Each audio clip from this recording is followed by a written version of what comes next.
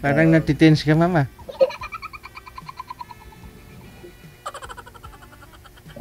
Ano ba pangalan nyo?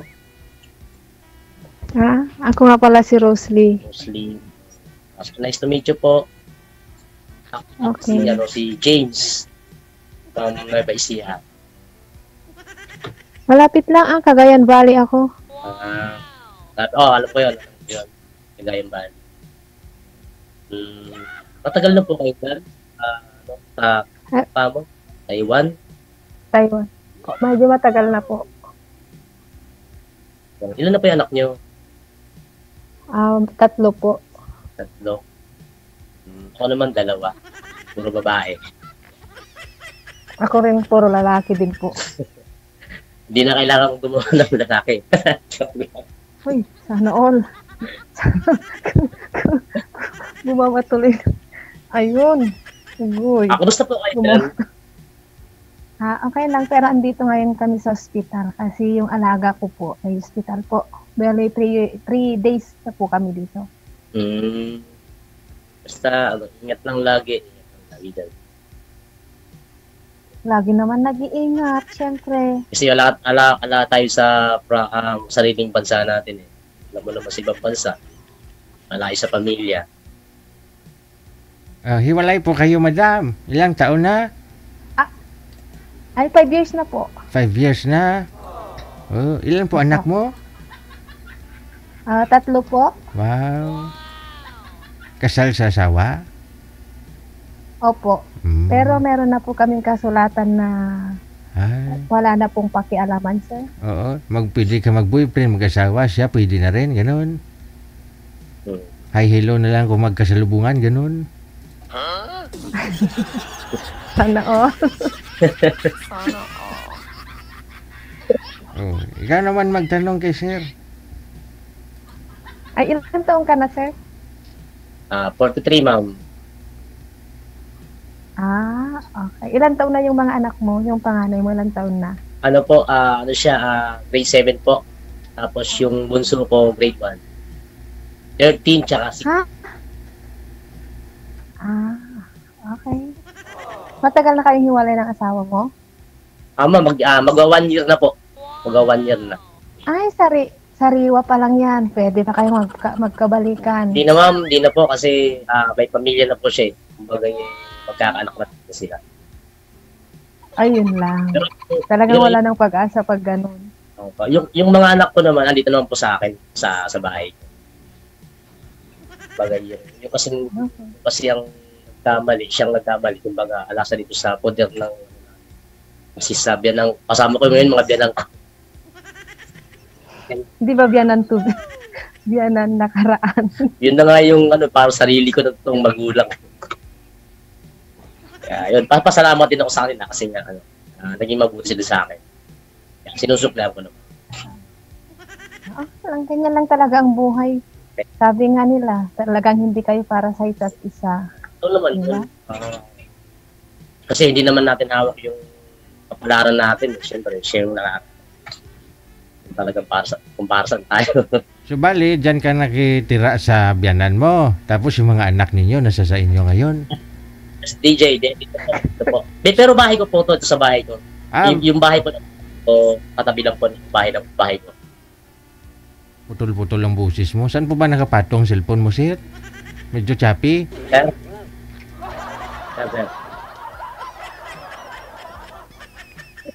Magkapit bahay pala kayo. Sir, Ganun. Okay. DJ kabado, di mo ba nakahalata? Kabado siya, puro hawak sa dibdib. Nagkape siguro si sir.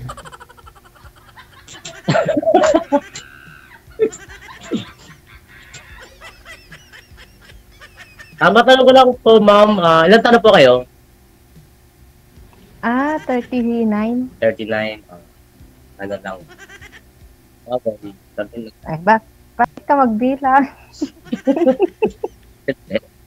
Mas bata pa ngayon yung nakarang asawa ko. Mas bata pa. Ang ugot namin is 7 years. 7 years. Pero nagsama kami sa mga 90-something mga ganun. Matagal din. Pero hindi siya naging ano siya, hindi siya naging tapat sa akin nung time na yun. Easy din ako sa alam mo sir, ibaon mo na sa limot ang nakaraan. Huwag mo Oh, na yun. halungkatin para di ka mas lalong masaktan. Ganun lang yun. Sa una lang talaga, akala ko nung una, nahihirapan ako, pero ngayon, wala na. Mahirap talaga lalo na pagmahal mo. Pero kailangan din, kung talagang meron naman hindi kailangan ng maayos, di kagaya nga, ibaon mo na sa limot. Sabi nga nila, mas masakit pag ipagpalit sa masakit, ay mas masakit ipagpalit sa malapit. Tama ka dyan, tama. Agree ako dyan. Totoo yun. Di ba, DJ? Ewan ko, ambot sa langaw.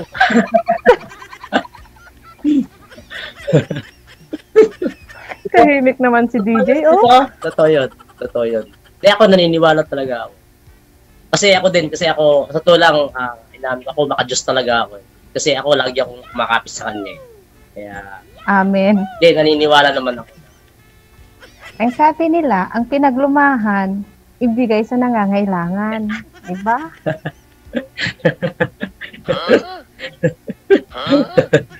Pwede. Humuhugot lang naman. Pasado ka na.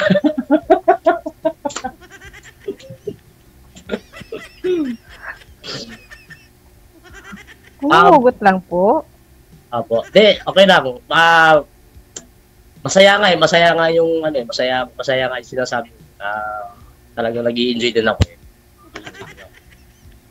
Salamat nga pala kay DJ Jed. Nakasali ako ngayon. First time ko pa lang. First time ko pa lang First time talaga. Yes, ma'am.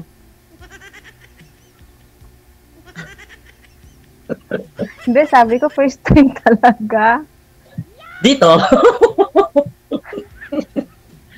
Dito sa Imo, sa programa ng DJ. Kumbaga, may tumulong lang sa akin. Kaibigan ko ngayon. Tinulungan sa ni DJ. Yun, meron na siyang ka-crush ngayon. Dahil lang kay DJ, siya yung tumulong. Tapos, yun, parang isinir lang sa akin na ganun, mag-download ka na. Tapos, search mo yung pangalan DJ. Yun, sinubukan ko. Ito. Kaninang hapon lang ako sa kanya, tapos inaccept naman ako. Sawa na doon, inaccept naman ako. Ito, sabi niya sa akin, yun nga, kung may time ba ako mamayang gabi. Kasi 9/11 start ng live nila. Tapos sinubukan ko na. Nagantay pa rin ako hanggang ngayon. Nakadalawang live nga yung isang babae kanina. Ano pa ako nasusunod? Sana nakadalawang live yung isang babae kanina. Kasi, kung napanood mo lang sana, kasi nanonood ako kanina eh. Tapos, yun nga, sinusuboy. Kasi lagi ako nanonood sa Facebook, yung mga live niya. Lagi ako nanonood. Tsaka yun, marami siyang natutulong tao na yung bang yung mga nangangailangan, marami siyang natutulungan. Kaya sana marami pa siyang natutulungan. Hindi lang ako, sana, diba? Isa na ako. Nalungkot ko si DJ. Thank you po. Napakagaling nyo. Sir DJ, kinikilig May iba mo. naman. May iba naman tayo. Siguro masayahin ka, like ka nangit eh. Siyempre, kahit gaano Hindi ka marinig. Ang headset mo, hindi ko marinig. Yeah. Siyempre, kako, kahit gaano kahirap, lalo na sa aming mga OFW, kailangan ka rin maging masaya. Di ba? Yes, ma'am. Hindi kita marinig. Digital, medyo mahina. Diba? Siguro, medyo may diferensya ng tainga mo, kaya sabi mo din Malay mo, ikaw pala yung para sa akin. Ako yung para sa'yo. Di natin masasabi, pero siya na bahala ron. Ay? Sige na, anong oras na kaya? Ma'am, hindi ko marinig yung niyo. Bakit hindi ba clear? Medyo mahina. Kanina lumakas kanina, tas kanina. Hindi, baka sa net ko kasi nakakonect lang ako dito sa... Ma'am. So, overmode na nga po busis mo. Sobra-sobra, malakas na eh. Yung nga lang, siguro may tumawag kay sir, kaya may hina busis mo. Ganon, no? Oo. Daw sabi ni DJ, Konting hindi pala, sa akin, konting layo ng mic, ma'am. Kasi masyado nga pong malakas. Ayan, bitawan mo lang, bitawan.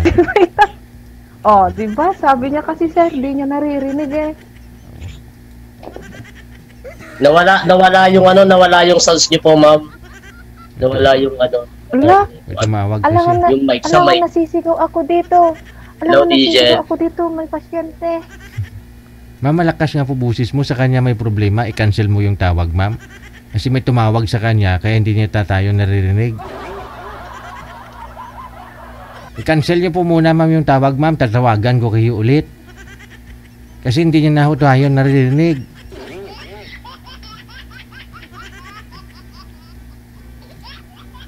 Ito lang ha. Sir, kung marinig mo ho ako kahit kunti lang, sir, i-cancel mo muna yung tawag. Ma'am, i-cancel mo lang ho. Hintayin mo ako na tatawagan kita. Wala na. Hindi na tayo maririnig ni sir. Yun po kasi pag may tumawag.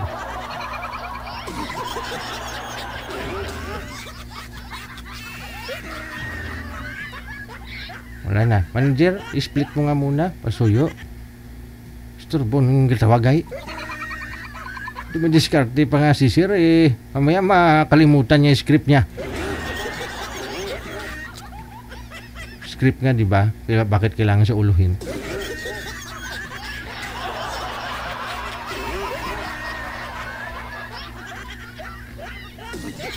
Mamaya di na maalala yung susunod niyang sasabihin. Turbo nga.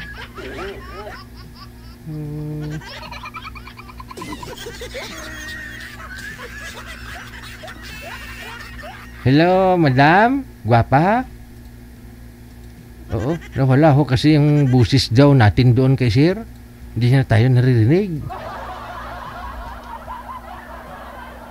Ay. Sir? Kung saan ka man ngayon? Wow.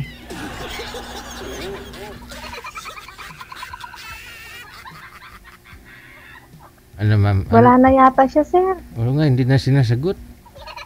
Ayun na, bumalik. Mag-off na ako. Ay, Kanina, pasensya na po. Alang boses eh. Alang. Ayun, okay na. Okay na. Malino pa sa tubig. ano sir, wala ka ng tanong? Kasi gabi na. Hindi, gusto ko lang add kita kung pwede ko kunin yung Facebook page ko. Kung pa pwede nga lang. Ay, hindi. Dito na lang sa imo po. Facebook, okay. Add na lang ako sa imo. James na lang. James yung pangalan. Tapos add mo na lang ako. Ay, ako talagang mag-a-add. Ay, sabagay, hindi mo ako ma-add kasi naka-private pala ako.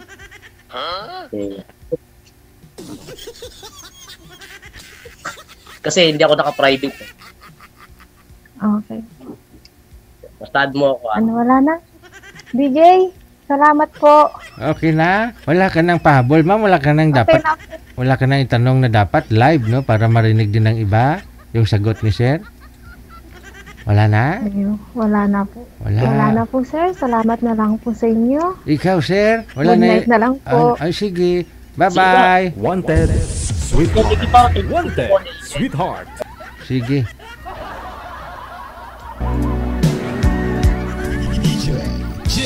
Turbo kasi mga tumatawag, alam nilang may kausap na dumidiskarte pa nga si sir.